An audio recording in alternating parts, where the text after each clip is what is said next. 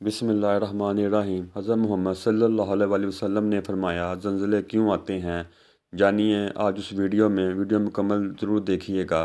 حضرت انس رضی اللہ عنہ فرماتے ہیں کہ ایک آدمی نے مومنین سیدہ عائشہ صدیقہ رضی اللہ عنہ سے عرض کی کہ ہمیں زلزلے کے متعلق حدیث بیان کریں، لیکن حضرت عائشہ رضی اللہ عنہ نے ان سے اپنا چہرہ پھیر لیا۔ حضرت انس رضی اللہ عنہ کہتے ہیں کہ پھر میں نے بھی وہی عرض کی کہ ہمیں زلزلے کے متعلق کوئی حدیث سنائیں، تو فرمایا کہ اگر میں نے تمہیں زلزلے کے متعلق حدیث سنا دی تو تم ساری زندگی پریشانی میں گزارو گے، اور جب روز حشر تم اٹھائے جاؤ گے اس وقت بھی یہ پریشانی تمہارے اندر موجود ہوگی۔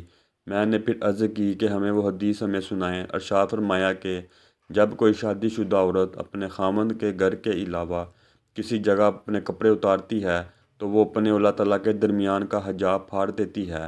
جب عورت غیر مردوں کے لیے خوشبو استعمال کرے تو اس کے لیے جہنم کی آگ اور شرمندگی ہوگی۔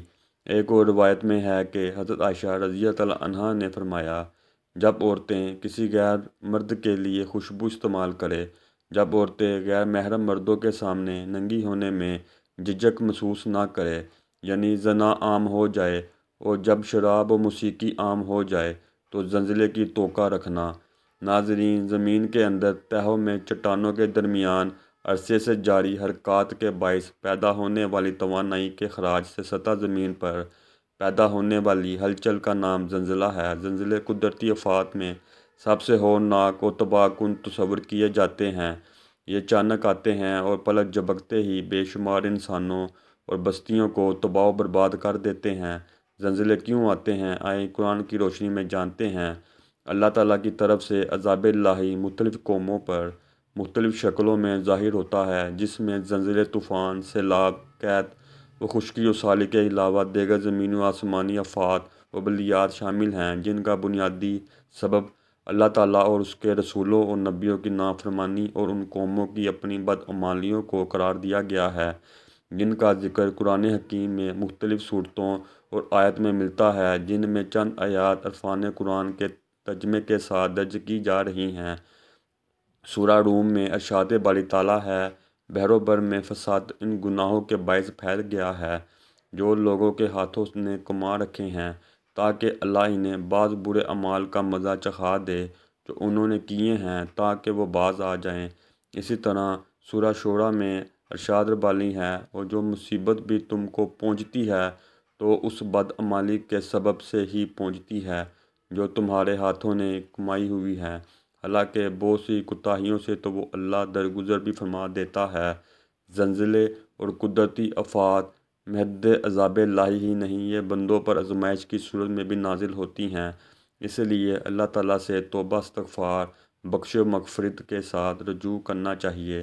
اس آزمائش کا ذکر قرآن پاک کی درج ذیل آیات سے ظاہر ہوتا ہے۔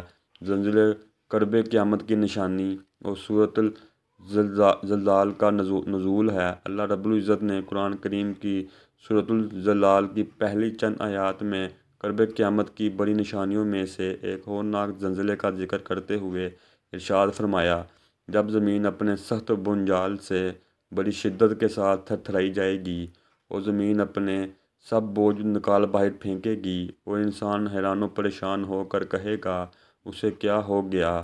مفسرین کرام نے فرمایا ہے کہ ان آیات مقدسہ میں ایک ایسے زلزلے کا ذکر کیا گیا ہے جو پوری روح زمین پر آئے گا اور قیامت برپا کر دے گا، اور اس ہیبت ناک و خوفناک زلزلے سے زمین کا کوئی حصہ محفوظ نہیں رہے گا، جس کے نتیجے میں پوری زمین کو ہموار کر دیا جائے گا، اور ایسا نفع ثانی کے بعد ہوگا، مگر اس کے قبل چھوٹے زلزلے آئیں گے جو قرب قیامت کی نشانیوں میں سے ہوں گے اور جو کثرت سے رونما ہوں گے۔ امام بخاری نے اپنی کتاب الصحیح البخاری میں حضرت ابو ہریرہ رضی اللہ عنہ سے مروی ایک روایت نقل کی ہے، جس میں رسول صلی اللہ علیہ وسلم نے ارشاد فرمایا کہ قیامت اس وقت تک نہیں آئے گی جب تک علم کو اٹھا نہیں لیا جاتا۔ اس وقت کثرت سے زلزلے آئیں گے، ایک زمانہ دوسروں کے قریب تر ہوگا، فتنہ فساد ظاہر ہوگا، خرچ میں اضافہ ہوگا، یہاں تک کہ مال و دولت کی فراوانی اس طرح ہوگی جیسے ابر پڑے گی۔ جامعہ ترمذی میں معروف صحابی حضرت ابو ہریرہ رضی اللہ عنہ سے مروی ہے کہ رسول اکرم